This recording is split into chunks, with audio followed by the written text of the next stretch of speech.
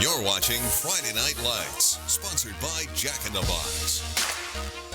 Welcome back. If you missed any of tonight's highlights, we'll allow us to get you up to speed with our FNL scoreboard. In tonight's trio of contests, Rob, you were out there tonight for the Hopeville Vikings games. Anybody who may have missed the highlights, what would you tell them were the takeaways? Oh, the takeaways were defense, and more defense, because both teams' offenses were actually starting to get a little bit of momentum, but the defense has gotten to bend but don't break mode. As soon as you'd think one team would score, the defense would shut them down or make something happen to where they just couldn't get on the scoreboard.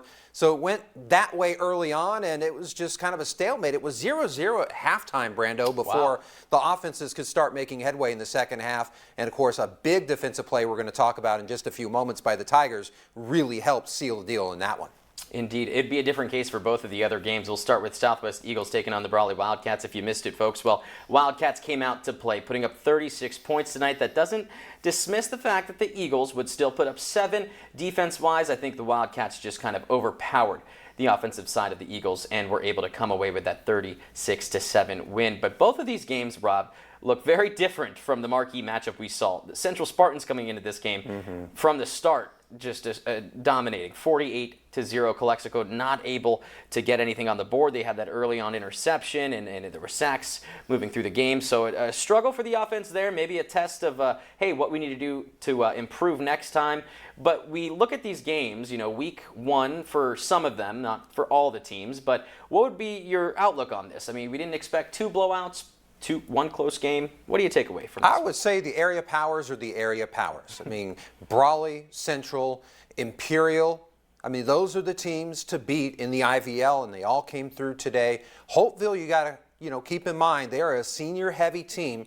If they had Jose DeVoe in the lineup tonight, maybe it would have been a different outcome, because he is a whole new dimension in and of himself. He can transform a game. So that's what I take from it. The area powers are who they are, and it looks like it is going to determine the outcome in the weeks ahead. Yeah, you mentioned Jose DeVoe. I remember his name last year. And a close game like that could have been the deciding factor if he was in. So we'll have to wait and see. Hopefully he gets better, and we'd love to see him back out there. Absolutely. All right, we now come to the part of the show where we give our helmet props to the players, position groups, or even teams that stood out from the rest tonight.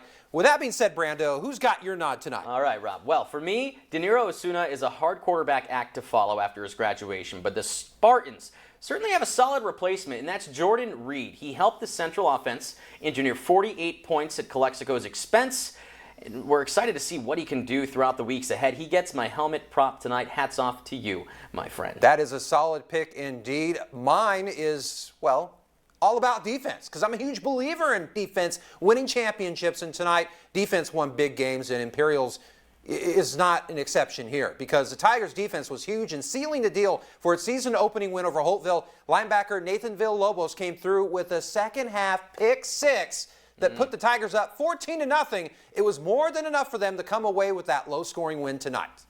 Wow, especially when you talk about a close game like that. That is a game changer, my friend. Well, here's a first look at our week number 2 lineup of our spring FNL season of games. There are 4 contests, are all headlined by our marquee matchup between the Brawley Wildcats and the Imperial Tigers. And as always, we invite you at home to join us for next week's action-packed episode, and we certainly look forward to seeing you there. That could decide the IVL. Yes, indeed it could. All right.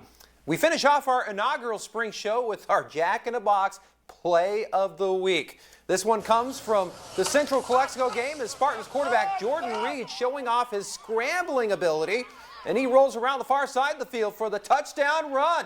Makes it look like child's play, like a man amongst boys. A man amongst boys. And I watched this play when we were cutting the highlights. Not only did he decide to go with the run, but I think that decision there caught the defense off guard entirely. You see how much open room at one point. He only had to worry about 2 other defenders towards the end. And Jordan Reed just coming out very strong, looking very well today. And, that's why he got the helmet prop, and we're excited to see what he does down the road. So definitely a well-deserved Jack in the Box Play of the Week. I'm looking forward to future Jack in the Box Play of the Weeks and how many of them Jordan Reed might get. I guess we'll have to keep his name in the running. His name now, Jose DeVoe, we still want to see, we keep saying his name. We haven't seen him yet, but we know what he's capable of doing. I'm sure he can make a couple Joaquin of Alvarado, watch out for him too. Yes. Indeed. What a week it's been. It is. Finally, we're back. And back under different circumstances. True. We're not normally doing football during Yeah. this time. Feels Hey, good. we're not complaining. Never would. Thanks for watching, folks. I'm Brandon Mejia. I'm Rob Fram. We'll see you next week.